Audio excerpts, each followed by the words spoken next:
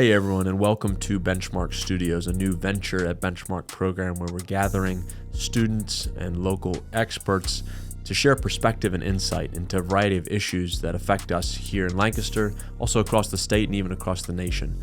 So today for our inaugural podcast, we have our host, Nate Luvice, who is a program graduate and program staff member here, interviewing three esteemed guests: Ryan Tira, who is a juvenile court judge in Lycoming County; Ken Melman, who is an impact investor and partner in KKR in New York City; and Nate Bayless, who is the chief of juvenile justice strategy at the Annie E. Casey Foundation. Tune in to listen to a really insightful and interesting discussion about topics in the juvenile justice world and youth mentorship in general.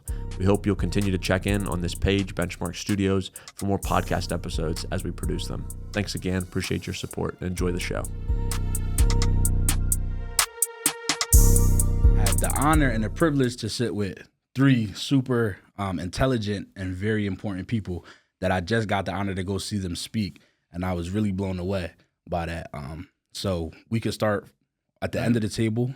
All right, my name's Ryan Tira. I'm a trial court judge in Lycoming County, which is north central Pennsylvania, pretty rural. And one of my primary things is I handle juvenile court. I'm Ken Melman. Appreciate being here. I live in New York. I'm a partner at a firm called KKR. It's an investing firm. I also am a undergrad at F&M, Franklin and Marshall College, which is how I met Will and Carla and got involved in Benchmark. And both at work and outside of work, I work very hard to identify organizations like Benchmark that help provide opportunity for folks and appreciate the ability to build potential in individuals who are involved in a more challenging background. Hi, I'm Nate Bayless. I'm the director of the Juvenile Justice Strategy Group at the Annie E. Casey Foundation in Baltimore. The Annie E. Casey Foundation, we focus on brighter futures for all children in America. And I'm privileged to be able to do that, focusing on young people who experience the juvenile justice system. We want to help them have good lives, keep them out of the juvenile justice system whenever possible, and keep them connected to school, work, family, community, all that good stuff. I think we could jump right into it, though. I think one of the big questions that I have is, like, when you were younger, right? Going back to when you were younger, I know it's a ways back for some of you guys, Hey, right? Easy. But when you were younger, who did you look up to? Because obviously, me growing up, I didn't look up to probably guys that you guys looked up to. A lot of people that I looked up to were, gang members and things like big drug lords and stuff like that. Because that's the stuff that I was shown. I didn't know anything else other than that, So a lot of my brothers and things like that were in that type of lifestyle. So that's kind of what I looked up to, and that's who I was inspired to be. So who did you look up to? I was blessed with having two parents who were really involved with me. I joke sometimes it was more than I wanted their involvement, right. But I had a dad, and I was thinking about it, like, he was just very steady. He didn't overreact to anything, even if I had done something stupid. He kind of kept the course, and I kind of knew there were certain parameters to stay within, even if I was kind of being a knucklehead. Like I've always had that. I think I know I'm very lucky that I had that. Right. Me too. I was, blessed by having two parents that modeled what I wanted to be as an adult. They loved each other. They cared about their family. They had good priorities. They're both really smart, and that was unbelievable. I was also really fortunate. I grew up with four living grandparents, and they were a really important part of my life. And so family was really critical to what I looked up to growing up. Yeah, I'd had the same. I definitely looked up to my parents, who set an example for what I could be. I think the idea of it was important to give back to your community. It was important. That family was important. My grandparents too. But I wasn't the only people I looked up to. I mean, I think my parents weren't cool. They were my parents, So you got to look up to someone who's cool. And for me, sports was a huge thing.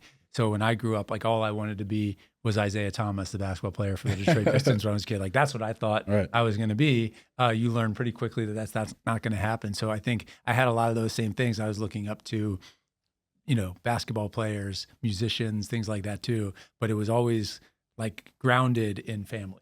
Right. And the other people that you looked up to, all right, so you said basketball players and things like that. Is there people that you guys looked up to as far as not in the category as family, but just people that you couldn't talk to on a regular day basis, people that like you seen what they were doing and you seen their interviews and you seen them talk and you kind of wanted to implement those things in like who you are? Like how did it build you and shape you to who you are today? I say I don't have anyone that jumps right out at me like that. That I would say from a distance, because I would look to someone closer. I had a coach who and I played football, and in 9th grade I hated him. He rode me and was hard and critical. But I started realizing the reason I hated it was because it was accurate. Right. What I wasn't doing right, and I wasn't taking responsibility. He is who I wrote my college application, or I had to write my college essay. I wrote about that relationship because from my freshman year to my senior year, how he became a mentor for me. And a lot of it was me learning to take ownership for my actions. Accountability. And I tell you, 8th, 9th grade were not good years for me in accountability. Right. And so somewhere after that, It's difficult. it took somebody kind of being very direct Right. about those. Okay. So I'll give another example, a little older, but it's at college and it involves F&M. So as a professor at F&M, you guys may remember named Stan Mikulak. Yeah. Stan Mikulak was a professor of international relations in the government department. I grew up really interested in politics and government. And this dude was both an incredible lecturer, so much charisma, really funny, and a killer hard ass. Right. So this dude would, when you finished an exam, he would make people in the class who had answered the wrong way or in ways he thought weren't intelligent stand up in the front, and he would have them speak while he like trolled them and basically harassed them. And he was incredibly tough, and he was really, really, really smart. And I loved him, and he was one of the best professors I ever had in my life. So I went to Harvard Law School after F&M. I never had a better professor in my life anywhere than Stan Mikulak because he was so good on the content and because here's what it was. And this is something that everyone ought to listen and appreciate. And it's the same thing with your coach. If somebody gives you grief or someone's hard on you, you know why they're doing that? Because they care about you. Right. The worst thing in the world is for people to pat you on the back and say, you're doing okay when you know you can do better. Right. And your coach and Stan Mikulak, and for folks listening to this, kids who have somebody in your life, maybe a parent, maybe someone here at Benchmark, someone else, who kicks you in the butt, they're not doing that to be jerks. They're doing that because they love you and they care about you and they don't want to see you not be your best. Right. And that's what Mikulak did better than anybody else. And he was a professor that I came to respect in a massive way because of it. Yeah, that's real. I mean, I had mentors in my life too that kind of did the same thing. And that we on the topic of mentors and mentorship, how impactful and important do you think mentorship is to young youth and juveniles that we work with, or just people that like you work with on a regular basis? And how did it impact you? You know, obviously you needed mentors to be who you are today. If anybody says that we got to this point in our lives with just us, it's a lie. That's foolish to think that. Yeah, I always say I get humbled when I think I know the answers, and actually I hear kids I'm working with, they've got it figured out better than I do at times. And I said, always got to be listening to learn. But going back to what you're saying about mentorship, that is the biggest piece that's missing when I see kids. The reason I'm dealing with kids in court is because there's something missing in that dynamic. Most of the time that there are some times that some kids' behaviors have nothing to do with the situation they're coming out of. A lot of times their behaviors are survival. It's really figuring out how are they feeling important in life, how are they getting what they need in life. And a lot of that's because there's not a mentor there helping them. Right. It's interesting you say it because I think like the Professor Mikulak example, we all need mentors in our life, but it's also, I think, is really tied to one of the important things that you do here, and that is a misunderstood concept, I think, in the justice system and in the juvenile justice system, which is the topic of accountability. We are accountable in our lives to the people who matter to us. No one feels accountable to the local police officer just because he wrote a ticket on the car. Like, that is a technical thing we may have to do, or because they stop you. We're accountable to people who we want to impress, the people who we want them at our back, and we want them to call us out on our shit when we do things wrong, right? Like 100%. Those are the people who we are accountable to. And so I think that idea of mentors, one of the reasons why it's so important is you want people who are credible to you, who you believe in, And I want that person's approval. I want that to be somebody who also, when I do bad, will tell me that I'm doing bad. And I think even when kids get upset to hear that, they're going to appreciate it if it comes from people who they respect. And I think we're missing that in life in general. And it's not always part of how we work with kids. Can I jump in and ask a question then? Because I love what Nate just said about we're accountable to the people, just the people in our lives. For you, how do I, in my role, gain your trust that you want, like I can have that dynamic with you when I talk to you, that I'm not just another person who you don't care about. Like I have a fear that I'm a talking head and you can't wait to get, people can't wait to get out of that courtroom. So they're not listening. I want to bridge that gap. So how do I become the person Nate's talking about? When you were in court and stuff, how would I be that person? I don't think it happens. Well, I know it for sure. It definitely doesn't happen right away. Like when Will first did a presentation at Phoenix Academy, and that's when I first met Will, it didn't happen right away. And I was real like, I didn't know if I should, I didn't even know if I could trust him or go down to the program. You got this little white guy, right? Short little husky white guy coming in, talking to us that he wants to make our life better. Yeah. And I'm like, what are you? And it doesn't cost anything. You can come to our gym for free. And I'm like, that's not really how the streets work, though. So if you're doing something, most of the time it costs something, right? So I didn't trust him at all. But a lot of times I can't tell you how many times I messed up in front of Will, and he like chewed me out for it, whatever the case may have been. But it was never like, all right, I'm completely done with you. The door always stayed open. The communication was always there. He never kicked me out of program, no matter what. And I really remember this one time when we were he started taking me to his meetings, and I'm sitting in the meeting, and we leave the meeting, and I had a whole bunch to say after the meeting, and he looked at me and said, well, what the fuck are you doing? And I said, what do you mean what I'm doing? He said, well, why aren't you talking in the meeting? And that's after that, it was game over. It was a game changer. Now I felt like I can be heard in this meeting. I know Will respects me, and he wants me to put my input in the meeting. And he told me, he was like, what do you think I'm bringing you to these meetings for? So that you can speak. You bring a different perspective. And I think that once you show a kid that you value that and you just want to listen to them and you value their perspective, I think that's when you start building that relationship. And that's what's really cool about what my observation, and you're in there more often, about Benchmark, is everybody comes in like that. Mm-hmm. Everybody here is respected. Right. Everybody here has someone who will never throw you out, who always cares about you, who always wants you to be involved, and who's going to say, when you don't do your best, we're going to give you shit, because we should give you shit. Right. And while doing it, guess what? You get to work out in an awesome gym, and guess what? Squats and deadlifts are not just like fun things to do. They're really good for every component of your life, because they've done studies that explain when you work out really hard, it releases a chemical. And the chemical lets you focus more. Right. The chemical makes you smarter. The chemical, endorphin, makes you be able to be more disciplined. And so think about that. You get to come to a place where people care about you, where they are going to say, we're going to hold you accountable. You can hang out with folks who are fun to hang out with, and where you're going to work out in a way that is good both for you physically and also for your mind. Right. And the truth is, like, it's like I said, like the door never closed. No matter how many times I messed up, it didn't matter. It didn't matter to him how many times I messed up. He was gonna fix it. We were gonna correct it, and we were gonna move forward. So I really felt comfortable after that. I felt comfortable making mistakes. So sometimes when I spoke and I said the wrong thing, you shouldn't have said that. Maybe if you worded it like this, and now I'm learning. And then now I'm respecting him as who he is, and now I'm looking at him. So in a lot of meetings, I'm an observer. So I like to sit back and watch. So now I'm watching him and how he moves in meetings and what he does, and I just mock it. And then whatever he was doing, I just implemented it in what I was doing. And that's how we, that mentorship kind of came about. Other people in my life too as well, though, like that come from similar backgrounds as me, that who have already made it out, they've helped me out a lot too.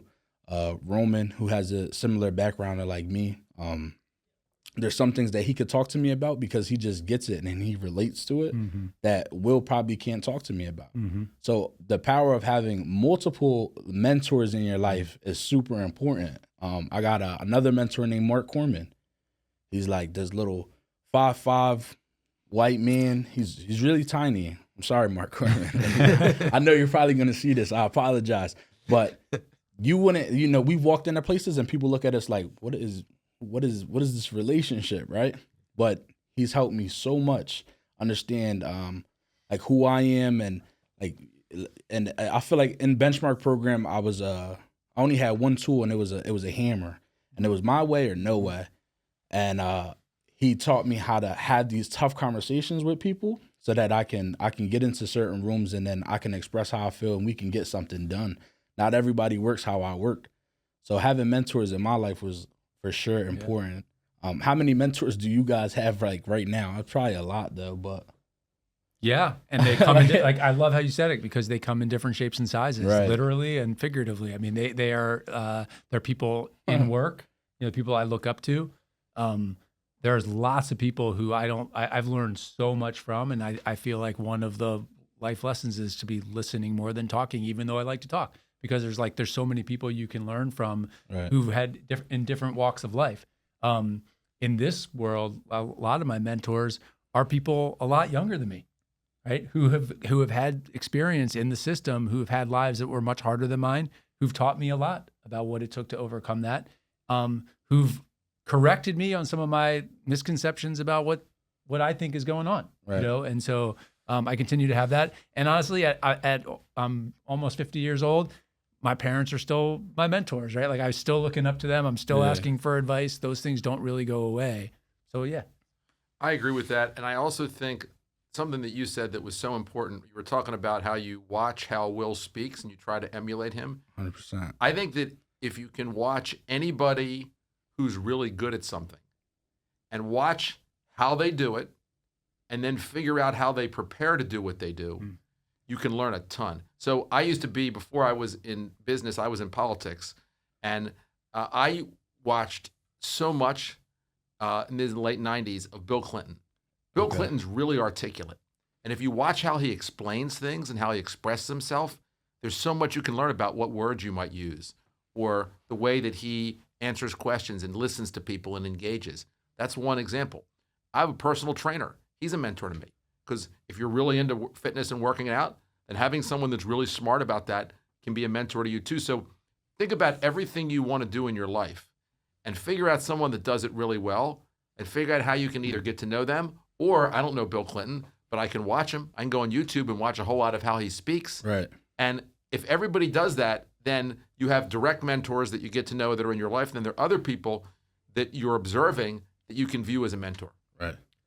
Oh, I would just add that basically everybody you surround yourself with is a mentor, either in a good or bad way. 100%. Because I think there are a lot of people who it positively influenced me, that I don't want to use the term mentor, but I realize that they hold me accountable as somebody who I'm worried about what their opinion about. Right. But I never think about, sit back and say, oh, that's my mentor or something like that. But it's really everybody you surround you with. So it's important to sometimes be selective, and trying to explain that to kids.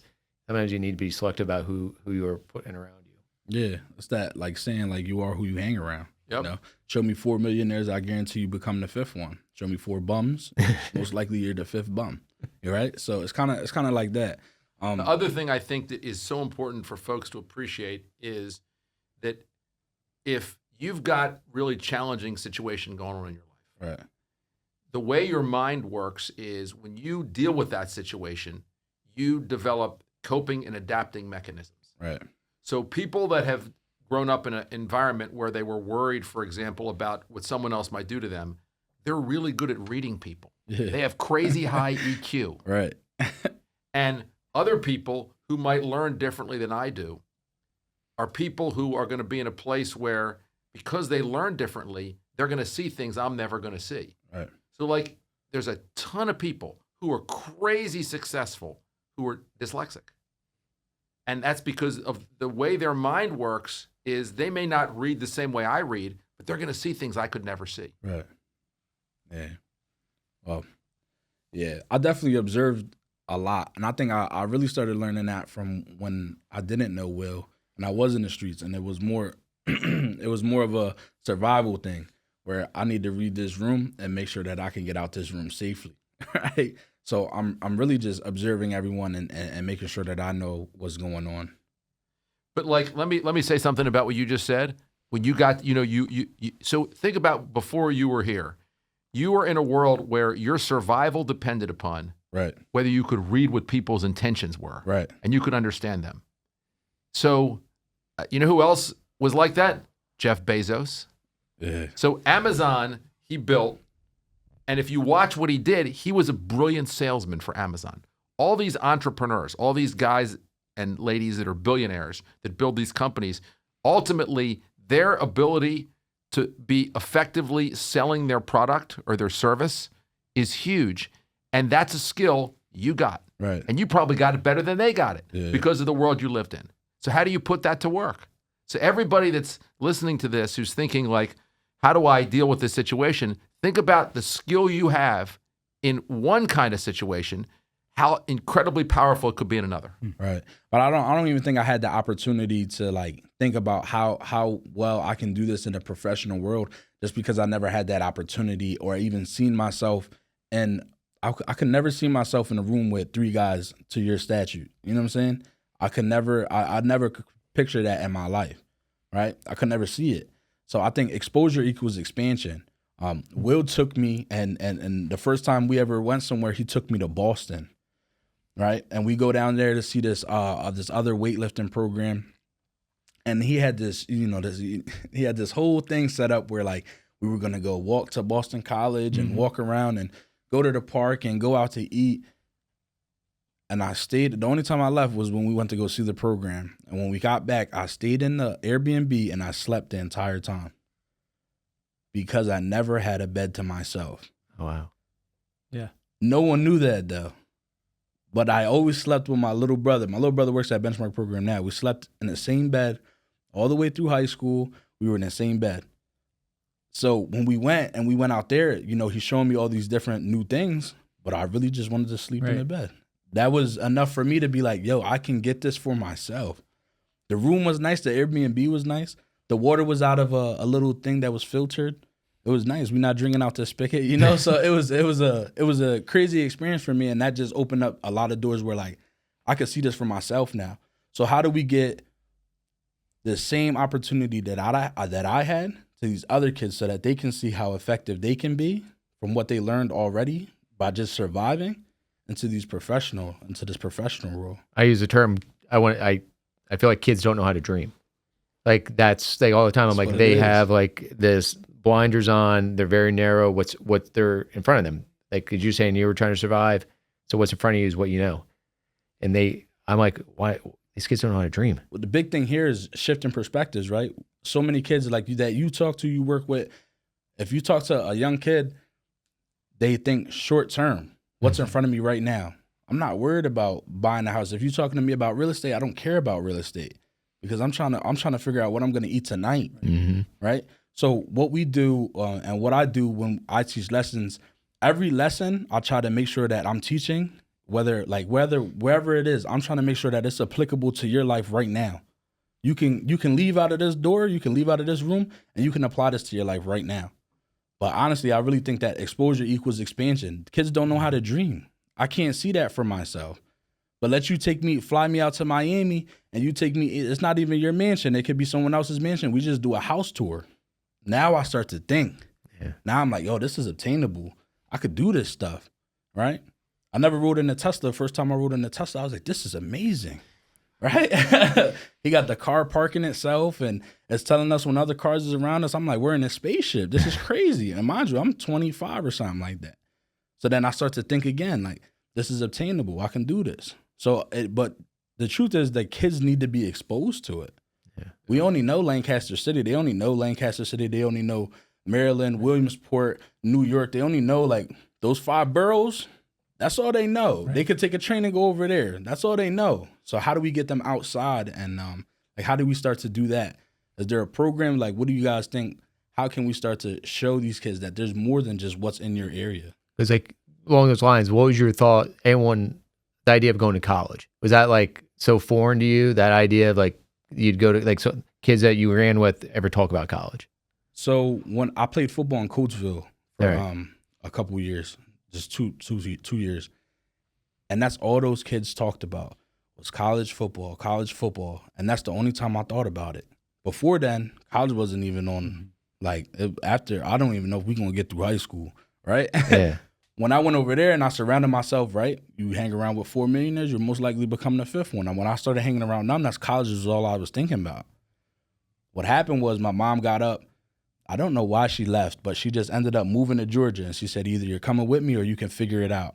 And I told her, I said, well, I'm going to figure it out. I got 1 more year. I'm getting college letters. I'm going to college. I was homeless for a while, couldn't figure it out. And I had to move back where I came from. So now I'm back in Lancaster City. All right. College wasn't an option no more. We're back to surviving. Yeah. You know? So I did think about college when I played football in Coatesville, but after that, once you took me out of there and I just couldn't play anymore, I went back to surviving. I had to figure it out. Well, I think to your question, I think we need, when you're asking what does it take to expand young people's exposure who don't have it to the wonderful things that are around them, that's part of where mentoring comes in. And that's where part of programs like this come into play. I think we also have to make those places welcoming for those young people. I mean, I'm in Baltimore and, it feels like we're trying to make public places unavailable often for young people. We paint a lot of kids with a broad brush, so if kids are up to no good and kids are messing up at the Inner Harbor, then we make it hard for all kids to go to the Inner Harbor. We don't necessarily make these places feel welcoming for Black kids who are coming from parts of Baltimore to come to these public spaces that other people cherish. But I think the point you make is a real one. I mean, I worked in the system in Washington, D.C., and it was remarkable in a city with that much stuff to see how many kids really had barely left their neighborhoods where they were from. And, giving opportunity so that it feels that they can go there and having mentors who can take them to see it. Kids aren't necessarily going to want to go by themselves to go to the Smithsonian. Like, it requires someone to say sometimes. I know when I was a kid, we're going to the Smithsonian. Like, that's how you get exposed to that stuff. Right. Who took you there? My parents took me. When I was a kid, they take you, and it didn't mean we always wanted to. Right. I would rather play basketball than go to an art museum. Right. But sometimes you need to see an art museum to expand your world. Yeah. And I also think to what you're saying, like sometimes your parents didn't give you an option. This is what it is. And I think a lot of parents nowadays, I got two kids. I got a little boy that like I'm with every single day. Mm-hmm. And truth is, there is no option. You don't get an option. You're a child, and I know what's best for you until you start. Right now you're a child, so you don't have no responsibilities. And then I feel like you turn into a little boy and you start learning about responsibilities, and then you turn into a man, and that's when you have responsibilities that you take care of. I think those are the different stages, right? Yeah. And right now, I think there's too much options for these kids. Like, as far as like, you don't have to do this, you can do this, and I think we need to kind of eliminate some of those options where it's like, no, you need to play football. No, you need to play 2 sports in school. That's what you need to do. That's the requirement. At my house, we basically have a rule. You're going to be involved in something. And if you don't want to play a sport, you can be in the band. You can be in the musical. Doesn't have to be what I want. Right. But you're going to be involved in something besides just going to school. It's interesting. In one of the places that we work with a juvenile justice system is in Tacoma, Washington, Pierce County, Washington. And one of the things that they really changed about their system for young people on probation, they have all kids are expected on probation as part of it to participate in a positive youth development opportunity. And your point about choice is a really interesting one. The idea is you cannot ride out probation on your couch. Mm-hmm. It's not just not getting in trouble. Yeah. That's not what it means. Right. But amongst those opportunities, it's like 20 different things. A So lot the of idea is options. like, for some kid, it might be that they have this boat building program and you literally learn how to build boats and you can be right on the water in Tacoma. For some, it might be culinary. For some, it might be the bike or skateboarding or hip hop there's a million things. You want to create options, but it's not optional to participate. It's your family rule. I take that from my family and I put it in my courtroom. Yeah. Because I will be, especially the kids that seem to have too much time in their hands, I'm like, what do you like to do? Mm-hmm. And if they say it's a sport, then I'm like, all right, you're going to sign up for something, or you're going to play it directly. You're going to do something, and the probation officer is then the one who makes it happen. But we basically will do that. Like, you're going to come up with something, especially the kids that say, I don't care, I don't like anything. Right. Really? don't like anything. Right. We're gonna change that then. So. Yeah, and I think that's what really makes the difference when a kid like me steps into the courtroom and I see you, and then I've never heard no other judge say that. Hey, look, you're gonna do something. Mm-hmm. What do you mean I'm gonna do something? Yeah, I get some of those looks. And just like that, we are right back with the Benchmark podcast, the Benchmark podcast. But Ken had to leave us, so now introducing Pinch hitter. the pinch hitter. That's crazy. Yeah, my name is Whit Welch. I'm the director of programs at Benchmark. Cool. So before Ken left, we were talking about just mentoring, exposure equals expansion, getting kids out there, exposing them to different things so that they can broaden like their dreams and just start. You know, we deal with a lot of kids that think short term, just kind of shifting their perspective so they start thinking long term. I kind of want to change the conversation into like, how do we feel like, or what do you think the biggest, like, I feel as though like we deal with kids that have gun charges and homelessness, and they're fighting all these different things. But what do you think like the main core root from all these problems stem from? Right? So like the question, I have a gun, like we're not talking about me stop having a gun. We're kind of why do I have a gun? Yeah. What's the reason I have a gun? And also me and Whit never used why. Like, why did you do that? Because that sounds accusatory. Yeah. And actually, Will had me read a book. It's called Never Split the Difference. And we use what and how questions when we talk to kids. But I think that's the main thing. So, like, I just rambled on for like 10 minutes about nothing. No, that was good. No, I have a question. So we was just rambling. So how do we do that when you're saying you don't use the why? Because that's really hard for me in my job. So, kid has a gun. So you'd ask them how what's the question you're asking them? So instead of why did you have the gun? Yeah. What makes you feel as though you need a gun? All right. You can always change any why question into a what and how question. Yeah. And I think the framework too, because even like some people will try to get away, especially around like guns. They'll be like, how did you get the gun? And it's like, that's still like accusatory because it's not person focused. It's like the crime. That's like the main point that we're trying to talk about. Right. But And that's not it. No, it's critical. We're trying to figure out that language because I'm thinking the way I think you are, like, what is going on that this kid's doing this? What's underneath the surface? Right. But how do I get there without asking, like, why do you have a gun? Is helpful for me to understand that, like, just asking in a different way. Yeah. One of my curiosities, like, as a judge is, because I think this is I'm really glad we're talking about this, because I think it's different for Nate to ask those questions than for a kid in front of you in a courtroom, right? I mean, it's just the setting matters, the role. Like, you and Nate could be equally awesome with that kid and be wonderful, but you're wearing very different hats. Like, the power dynamic in that way is so different. And so it's an interesting thing where we really do want to understand what's underneath that. I said what instead of why are they doing it? So what's underneath of what is the reason? But who does that will matter, right? And I know that you as a judge are in the room, like, you need to know these things, and yet in some ways it's going to be really hard for a kid to be open in your courtroom, right? I mean, that's my struggle when I said earlier about, like, how do I bridge that gap? Because I really do want to be knowing that kid individually in a sense of, like, what's going on, what is it that we can do to help you, and have that, and trying to build that trust. And I know it's not going to happen in one meeting and everything else. So my hope is it's the long game I'm also playing, is building trust with them one step at a time.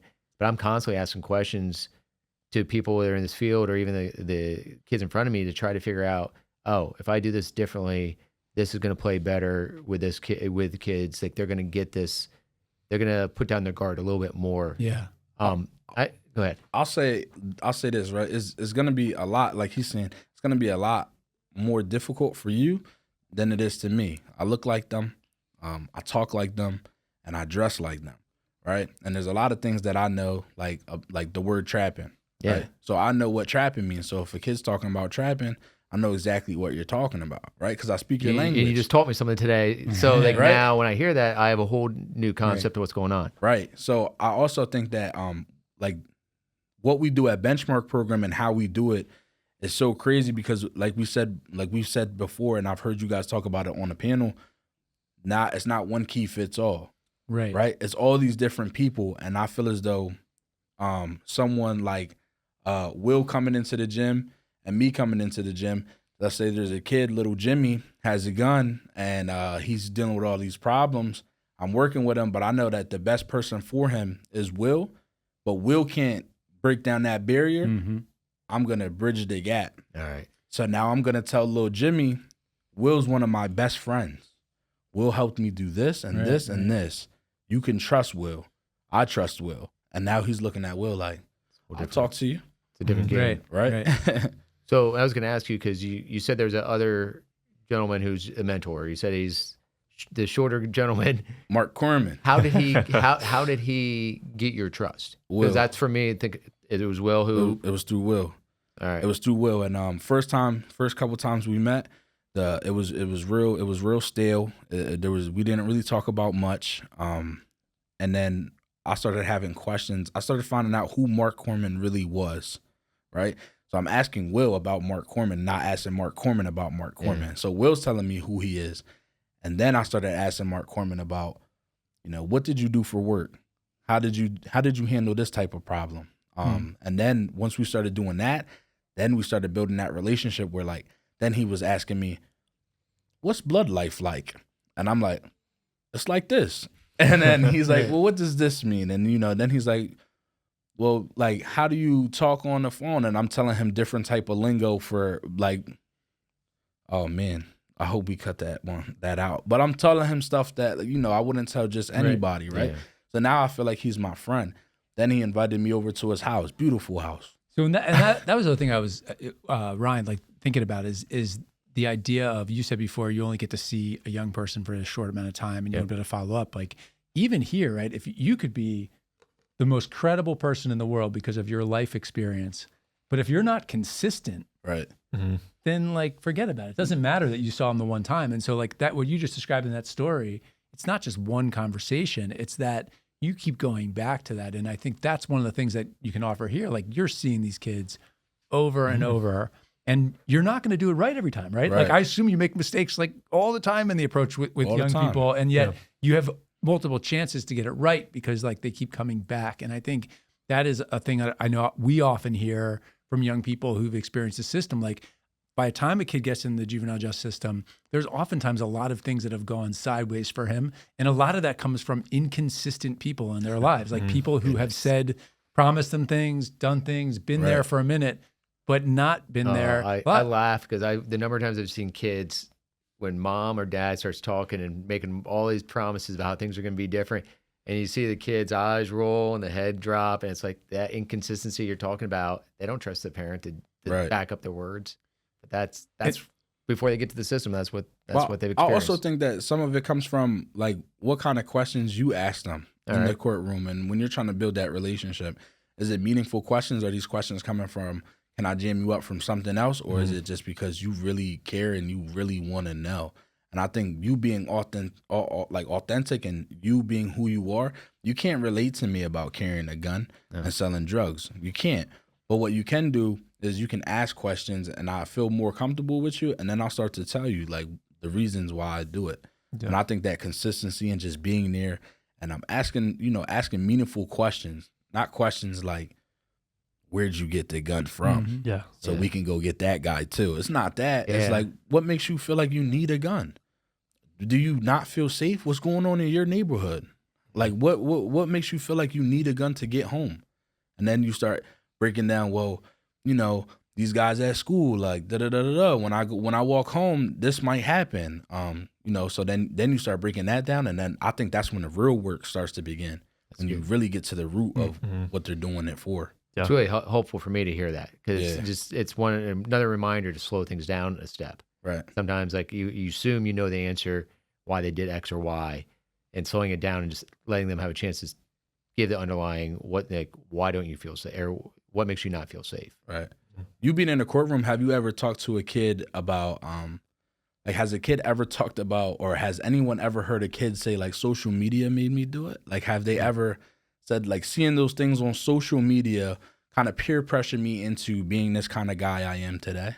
Not pressured into, but I have the kids who the fight is over social media, then leading to someone showing up with a gun, Right. and shooting at someone. I've had that where Right. social media has been the platform for where the disagreement or argument starts. Yeah. And there's in dealing with bullying and things like that, but no one's saying I'm trying to imitate a social media person. Yeah, I think social media has such a crazy presence in our kids' lives and everyone's lives now. I remember when I first started a gang in Lancaster County, it was because of Chief Keef when he first came out, and they were talking about 300 O Block and OTF. So then that came over to Lancaster, and what we started doing was the blocks that we were chilling on. If it was the 500 block, we were 500. If you were on the 400 block, you were 400. And that kind of like, once like social media kind of like blew up and we started seeing those things, that's how we started like getting gang names, and we thought it was cool. You know, we thought like this was the norm. I see the same thing, the 500s, like the kids that relate to the numbers based on the block they live. Right. Yeah, it's different. Have you ever seen? Yes, I have. No, but just something that I was thinking about was even so when I first started at Benchmark, just kind of tying in like how to go through and gain those relationships. Obviously, me and Nate don't look the same. The kids look at me and they're like, "Who the hell is this guy?" But the thing is like you were talking about Chief Keef. So like when I first started at Benchmark, I did not know who that was. Right. So then when I went home is I'm going to learn a ton about Chief Keef and like doing my internet research of like, OTF, what does that mean? Right. And like all those different things. But I think that working with kids in the juvenile justice system, if you are able to come back and be like, hey, what you talked about yesterday, I heard, and I went and did research on it. And I'm here because I care about you. And now me walking around, I know all this information about drill. I know who Leaf Ward is. Right. I don't know why, but I do. Kwani. Yes. And I know what the song Doot Doot is. And I'm like, and I know those lyrics because the kids are like, oh, you don't know this song? It's like, so sorry, we're going to turn off the Zach Bryan or the Miles Davis tonight, and Doot Doot's going to come on, and this is going to be it. But I think that just being a really good connection point as well. That just shows though, like how much like you're willing to go above and beyond. It's like I said before I met you three today, I did a bunch of research on who you guys were because I know like this podcast was meaningful to me, and I know getting in front of you guys was gonna be a big deal for me. Hearing you speak, so I did my research. So the same with Whit does his research, and he finds out, oh, Chief Keef is this person. You got Lil Durk and all those Lil TJs and Lil this and Lil that. He did his research. He doesn't even listen to that music, but he has some common ground now. Right. So when the kid's like, you don't know who this is, and he's like, actually, I do. Now I can rap Leaf Ward with you in the car. I don't know if I can rap with him, but I had a kid who I had him coming every week to court because the only way he ever behaved was if he had court like right in front of him. Because if the court was 3 months out, he'd wait to 2 months to start behaving. Yeah. So like, all right, we'll come every week. We'll just sit down and talk. So I asked him what he listened to, and young boy NBA, and I'm like, NBA, young boy. no idea. I'm like, all right, I didn't say a word. I just asked him for things. So I'm like, before next week, I'm going to listen to this. And I all of a sudden all the F this, the shit this, and I'm like, all right, this is going to be an interesting conversation. So he and I walked in the next week, and I was able to tell him names of songs and the fact that guy had turned a different leaf. He had actually started talking publicly about how he felt his music was a wrong influence. He didn't know any of this, and he turned to his mom, who was sitting there, and goes, "Do you believe this? He listened to this." I said, "Oh man, I've got my in with this kid now." Yeah, like he heard that I listened to him. You met him where he was. Different. But it was funny because there was a whole lot of stuff. I was like, all right, this is an interesting conversation here. It's intense. Yeah, that's an intense rapper for real. For real. But I think that's it's crazy that I don't know. Like I've been in front of a lot of judges, and I've never had anyone go to that extent to build that type of rapport with me. You know, and then me growing up in the court system, and you know, seeing my brothers and all of them, and I just know the judges are taking my family away. And then when I step in front of them, I got no words for them. I know what you're about to do. So it is what it is. I'm trying to break that down. That's different. It's a different you got a different approach, and it's a great approach. And you're gonna do that's a lot. important. I'm glad you said, because it's not even that when a young person's going to court or getting arrested or seeing a probation officer, that they're going in just neutral, like prove to me that I'm not supposed to be scared or that I should trust you. They're not coming in neutral. They're actually coming in with already a history because of other people in their life who've experienced this, maybe in front of the same judge, right? Like depending on where you are. So they've had those experiences. It might be their parents, it might be their sibling, it might be their friend. And so, I mean, that's a lot. That's a lot to get over, like in building those relationships and understanding that. And I think that question of asking people, do they distrust the system? Like they kind of should distrust the system. Like there's lots of reasons why they would come in and not be like, these people have my best interests at heart. Like there's lots of reasons to not think that. And that the fact that you're starting with that uphill battle makes the job of judges hard. It makes the job of probation hard. It makes the job of the system hard. And I think it's important to know that and not personalize that, right? Because it's hard to do, but it's not about you. It's about like what they've already come in and seen. Yeah, we talked about it. We talked about it. I told him I was on probation since 6th grade. 6th grade. I just got off probation when I was 25 years old. So it was half your life on probation. life. By the time you're 25, you've been in probation for half your life. Right. And that's crazy to me. And I'm talking about like probation where like you can't leave 30 miles from your house. You have to let the probation officer know what car you're going in, who you're going with, the place that you're staying, if there's a dog in the car, everything. What color is the car? So everything that I could do not being on probation and I'm not breaking any laws and I can do it just freely, you had to get permission for those things, even though they weren't violation of any law. Yep. And that's really hard. I use the word tripping up. It's so hard not to step on one of those lines because anyone else can do it, and that's not a problem. Well, and also that duration is crazy to me. Like anyone, right? Like there's only so long you can do anything without making a mistake. So like the idea of doing it for that long. But the other thing that I think is so upsetting to hear that story, so I appreciate you sharing that, but is that, the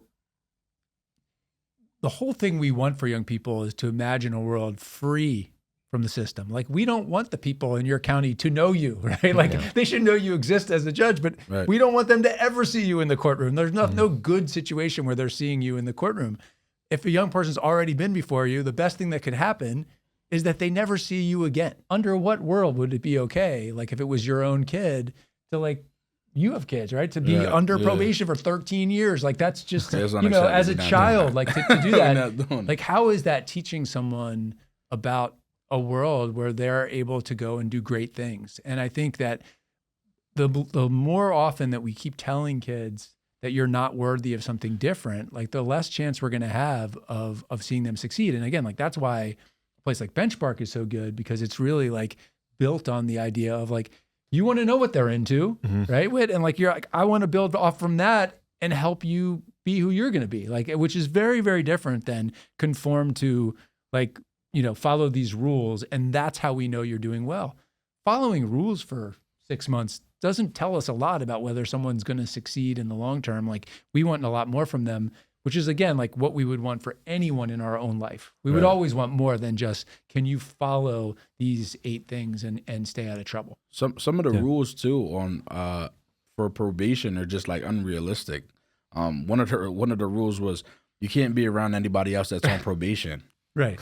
My dad's on probation. What are you talking about? Well, and in Lancaster City, there's one high school, right? Yes. Right. So so automatically, so it's just like it almost sounds like they can violate you for everything. Another rule was I forget the other rule. It was crazy too though. I couldn't be around any firearms, no matter what. My dad has a weapons license, so I couldn't technically be around my dad. Did you ever use that against the police? What? That you can't be around people with firearms? No, I was just joking. You shouldn't do that. I mean, we've seen it where obey. That's a violation too, though. We've seen police contact. We've seen obey parents at all times. I mean, what teenager? It doesn't make any sense to the reality of the experience of being a teenager, where all teenagers have conflict with their families. That's the reason I'll give props to the probation officers I work with. They view those things with a lot of latitude. They're trying to work with mom and the kid, or dad and the kid, to get through that. Like, yeah, there's going to be some things they're not running to court to tell me that. Right. Right. But what you said, like, you're not supposed to be around other kids that are on juvenile probation, right? That was one of the rules. Right. So you're supposed to turn on your friends and not associate with them, and that's going to be cool, right? That's going to do you well. Yeah, and it's almost impossible. How do you expect me to do that? Well, I understand that. So I'm a little frustrated because I'm like, if we tell you're not allowed to be around this kid, are we throwing away that other kid because he's such a bad influence that he can't be around you? Right. Shouldn't we? My view is we should try to lift you all up Together. and change the thinking. So I get it when I hear, all right, they're hanging out with someone else in parade. I'm like, if they've been friends since they were 5 and they're now 13 or 14, and you're going to rip that apart. That's not. I don't think we're going to win. I think we're gonna get resistance instead of cooperation. Right. Yeah. A lot of things change. You got any questions? What? Or you guys can ask us questions too. Like if you wanted to ask me a question, I'm fine with that as well. Well, I would love to understand, from your experience now here at Benchmark. I mean, really both of you, but I think it's especially Nate after what you're describing as your experiences before coming here. Like, what's the secret sauce for you? Like, what is it that makes this, it's like we can walk into the program and see the weights, right? But we know it's not the weights, right, in its own right. Like we can see boxing equipment and we know it's not like the boxing equipment in its own right. So like, what's the thing? Like, what is it that brings kids back? And what is it that helps you be successful in helping young people see like a brighter future for themselves? Just for me or the entire like from your experience, like what do you think is the magic of it? I think it's like I said, I think a lot of it comes from I build rapport fast because I look like them. I talk like them, and a lot of them know their big brothers know who I am. I'm not that old. I'm 27. So their big brothers and their uncles know. They're like, "Oh, my uncle knows you." I'm like, "Yeah." And then they see me doing this and they're like, "All right, I'll talk to you. I want to talk to you." A lot of it comes from honestly just like the consistency of just being here and being vulnerable. Mm-hmm. So when they ask me about my kids, I tell them like when I first had my daughter, I didn't want to hold her or give her a bath or anything. I didn't want the connection because I knew eventually I was going to end up in jail or I was going to die. And if I end up in jail, I didn't want to feel weak. So I didn't want the connection. So these are things that I'm telling kids to explain to them, like, this is who I was. It's a completely different story now, but this is who I was. So having that, like, that vulnerability with the kids and letting them know, like, I'm human too. I've made plenty of mistakes. I've gotten shot before. I lost 4 liters of blood. The bullet stuck in my spine. I've done the things that you're doing. And I'm letting you know that, like, it's still possible for you to make the change. I'm here now. I'm on a podcast with 3 people that I've never thought I'd be on a podcast with, right? So Not you, Will. It was Ken. Does that naturally then lead to the conversation about, like, their decision-making? Like, when they start to build that bond where you're like, I've been in your shoes. Like, do you start to then, you feel like they start to ask you, I guess, for advice, even if it's indirectly, or they're kind of leaning into you for advice? So my approach is completely different from just giving a kid advice. Yeah. I really pride myself on creating critical thinkers. I want you to be able to think for yourself and get yourself out of the situation. And that me asking you a bunch of questions so that you come to the conclusion that I could have just told you like that. Yeah. I'm empowering you so that you feel as though you can make that decision yourself. And now you feel the next situation, you don't have to come find me. You can come find me so we can talk through it again. Yeah. But you know what you need to do because you thought through it the first situation. Yeah. I think even to add to that, so like even for me, I don't have that lived experience. I can't have those conversations with them about those things. But one important thing, like in terms of like the secret sauce, is the authenticity part. And like Nate mentioned, like the vulnerability, but even just like when navigating the system, just being honest about like what's taking place. Yeah. So like when we go to court, like the biggest thing that like we'll go and try to do is explain what's going to happen when they walk in there. And it's like really like we'll be there and it's like, hey, you're going to walk in and this is what this person is and this is what they do. And it could be the DA. There's going to be 3 people in these rows back here. They're either interns or they're new, and they have like nothing to do with what's going on. They're not there for you. They're there because they're told to be, because they got to get hours or whatever it is. But explaining everyone, and it's like there's going to be 2 people. There's going to be 2 police officers that are going to stand behind you, and the reason for that is that's just what they do. That's just where they're going to be. It's not because of anything that you did, but just the authenticity through each different part. There have been times where, especially like the high school, we have a program at the high school where students will come to us and they're like, hey, this situation just happened with this teacher, and they'll explain it, and it'll be the case where the kid's kind of in the right.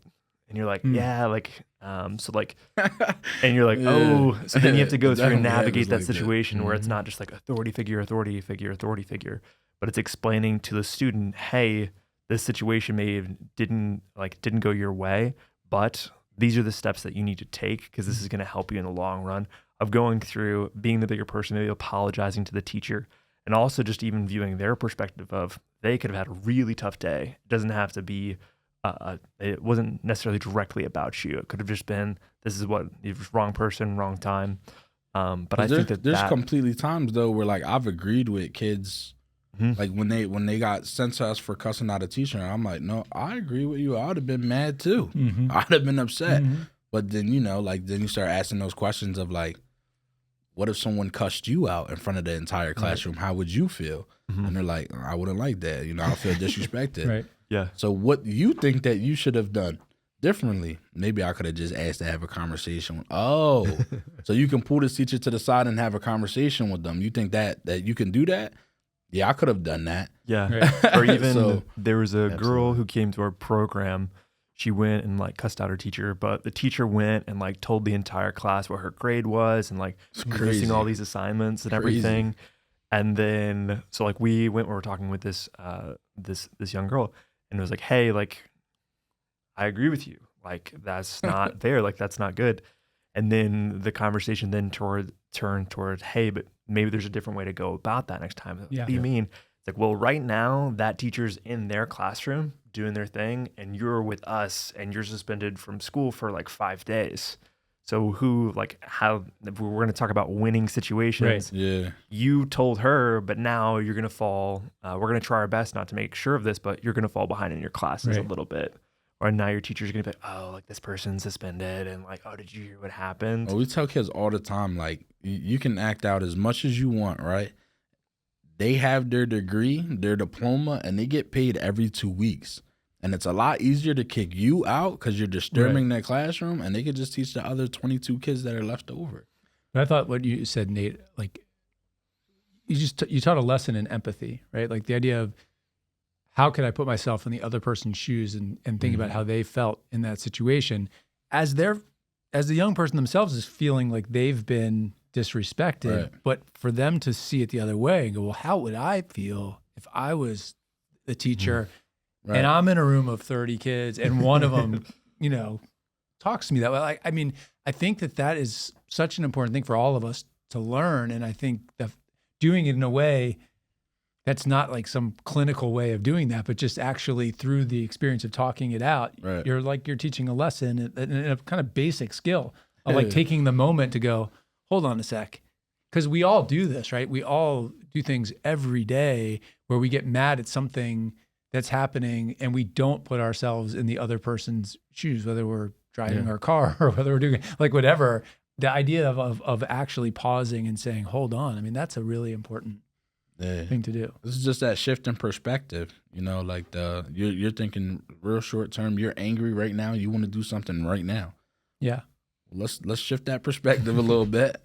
How does this affect you long run? Now does I hear all the time, this teacher hates me. This teacher doesn't like me. I guarantee that's not the case. Right. They might not spend enough time to hate you. Like they might not think about you long enough to hate you. Right. Like, So that's the reality. We're so, in general, as human beings, we always think about everything's about us, right? That's our natural instinct. And like, teacher hates me. No, the teacher's probably frustrated and in the moment trying to do something. And if you react really fast, it's going to get worse. Yeah. One of the big things is just kind of letting these kids know, like, you're the main character in your story. you're not the main character in everyone else's. Right. But in your story, you are. Right. But not everyone feels the same Everyone way. has their own story. Right? Right. But before we wrap this up, I just wanted to know, what are one of the biggest things or the biggest challenges moving forward as far as you guys' career?